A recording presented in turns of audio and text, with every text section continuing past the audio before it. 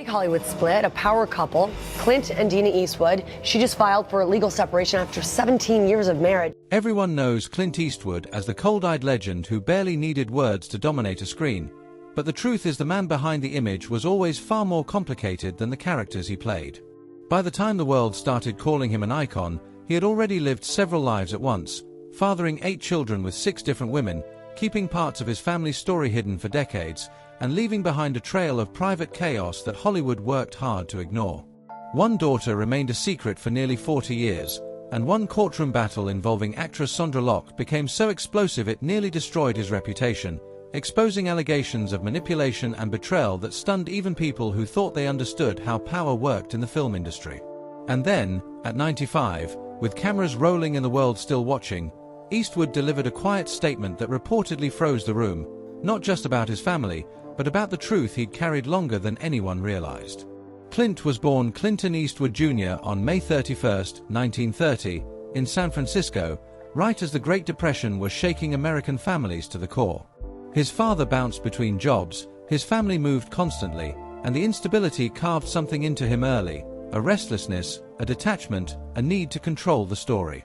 Even when life became more stable in wealthy Piedmont, California, Clint still shaped his own narrative, often implying a tougher upbringing than reality. It worked. That myth became part of the persona, the hard man who came from nothing.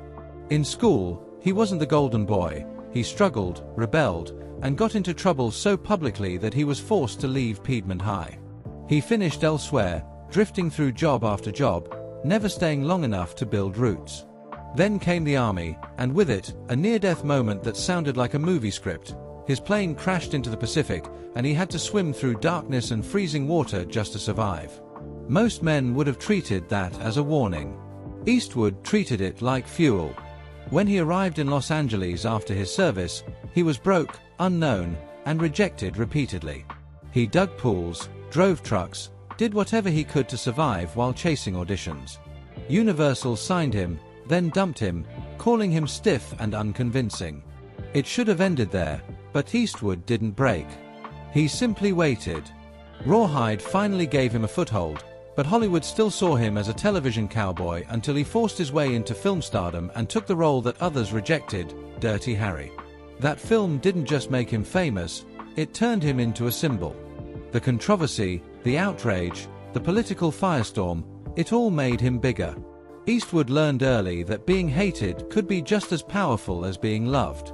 But while the public watched him evolve into an award-winning director with films like Unforgiven, The Bridges of Madison County, and $1 Million Baby, his personal life was unraveling behind the curtain. His relationship with Sondra Locke exploded into one of the ugliest legal wars of his career, with claims that her directing future had been quietly sabotaged through studio deals designed to look generous but meant to keep her trapped. Then came the other women, the other households, the children whose names were whispered long before they were ever acknowledged. Some were raised in the open, others lived in silence, and one, Laurie, was unknown to most of the world for decades. The image of Eastwood as the controlled, disciplined legend began to clash with the growing reality of a man who kept secrets as easily as he made movies. Even in his 90s, he refused to slow down. He continued directing, becoming the oldest filmmaker to helm a major studio project, even as rumors swirled about frailty and health setbacks. Yet he kept showing up, still stubborn, still silent, still moving forward. Then, in 2025, when a European newspaper published what looked like a fresh interview full of sharp comments, Eastwood publicly shut it down, calling it completely fake. But the moment reminded everyone of something strange. Even at 95, people were still trying to write his story for him. And Eastwood, as always, refused to let anyone else control the narrative. Because Clint Eastwood isn't just a Hollywood legend. He's a man built on survival, reinvention, and secrets. Someone who outlived his peers, outlasted scandals, buried parts of his life in silence, and kept working as if stopping meant surrender. And now, with most of his generation gone and his own history catching up with him, the truth isn't just about what he did on screen.